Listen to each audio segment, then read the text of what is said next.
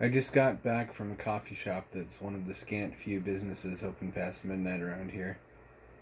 It's always interesting to see who shows up. An insomniac cross section of society, ships passing in the night, as we're unlikely to ever run into each other during the daylight hours. The moon was beautiful tonight, being that it's summer, the air is warm enough that even after the sun has gone down, it's comfortable to walk around outside in a regular button-down shirt or with a light jacket. The night air felt cool and familiar on my skin, in particular the fine hairs on my arms. Everything looks different in the Nightlands, but no less beautiful. Trees in particular take on an ominous tone due to the complex shadows they cast on themselves. Every small movement, leaves rustling due to a light wind, seems to suggest something is hiding amid the branches and preparing to pounce.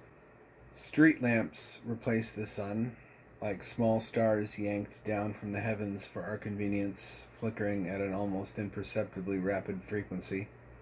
Confused moths flitter about the lights, mistaking them for the moon, which their ancestors navigated by before humans invented candles, light bulbs, and other sources of light pollution.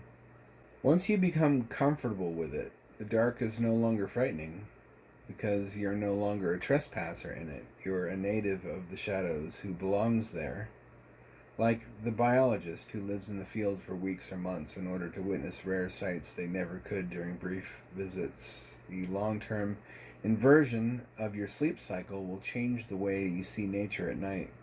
Sleep cycle inversion tends to happen when I'm finally comfortable, which is why it's bittersweet and a touch amusing how much has gone wrong in my life lately.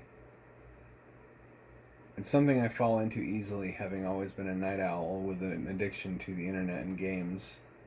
I'm certain it's terrible for my health, as it's resulted in my distinctively pallid complexion, permanent bags under my eyes, and a feeling of weakness, in spite of all the lifting I do.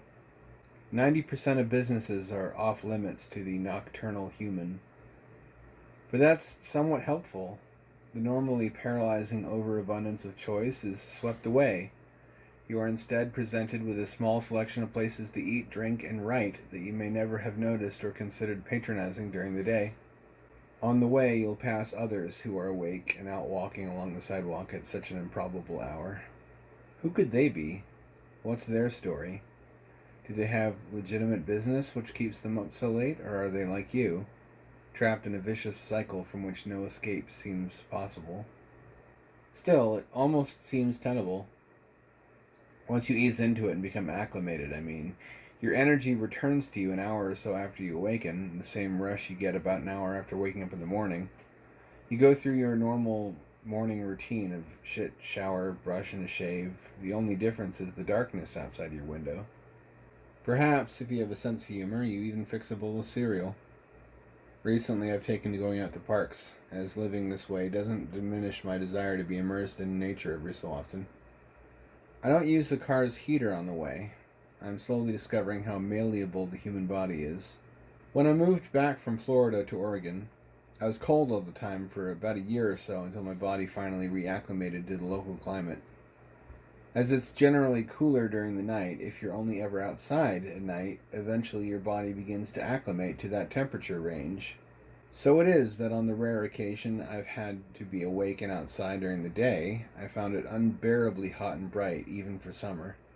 The night air has cooled my blood in a lasting way, and it would be such trouble to transition back that I wonder if I shouldn't just keep living like this. There's a certain appeal to the mostly empty streets. Driving is less stressful. I can jog without feeling self-conscious. At times, during the brief periods when I can see no trace of human activity in any direction around me, it feels like I'm standing alone at the end of the world. Maybe I am. Time will tell. This nocturnal lifestyle has been making me ill recently, though, and it hurts my productivity, hence the reduction in my recent output. Can't let that continue much longer. But sleep cycle inversion and depression seem to come as a package deal. I feel myself growing colder, duller, indifferent. The bleak gray feeling sets in. During these long, dark nights, I think about my sister. I think about Laura, too. I read an old post of hers now and then, where she talks about how she'd regained her will to live. It still seems impossible what happened. How can the universe permit something so horrible? How can reality allow it? They're gone, but I'm still here, languishing in this sunless purgatory. The disappearance of light and warmth from my life in more than one sense. Somehow I continue to survive and exist. Damn me for that. Something inside forces me to keep going long after I'd like to have stopped. It's a ride I can't get off, and a book I'm forced to continue reading, as she put it. I'm in no danger from it, though. I assumed she was like me, that hopelessness only reinforced her resolve. I don't know what to do, so I just drive. The moon looming large above me, some podcast or another droning on, just so I have a human voice besides my own to listen to. The tired-looking face at the drive-through window is similarly refreshing, as direct face-to-face contact with other people is rare at this hour. It's a lonely way to live, but I'm a lonely man. I'm surrounded by people who love me during the day, but that's a relatively recent development.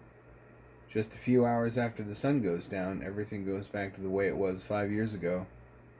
Just me, all alone in a cold, dark world with only the sound of my own breathing and heartbeat for company. This is hell, surely?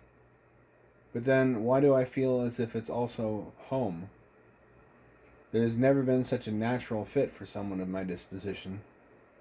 No matter how many accept me into their lives, fundamentally, I still feel like I'm on the outside of that world looking in. There is such safety and comfort in that conspiratorial feeling of existing in the world but not participating. Like a silent observer, documenting what you see but never becoming too involved. And when night falls, I feel as if I'm backstage of the world, moving discreetly through its service access corridors to better perform my work. Part of me still longs for a return to sunshine, bright colors, and happy faces. But within my heart, there's also a nameless conviction that none of those things were ever meant for me. That my part to play is the lonely ghost who moves from shadow to shadow, at once in the world and separate from it, with the moon as his only companion.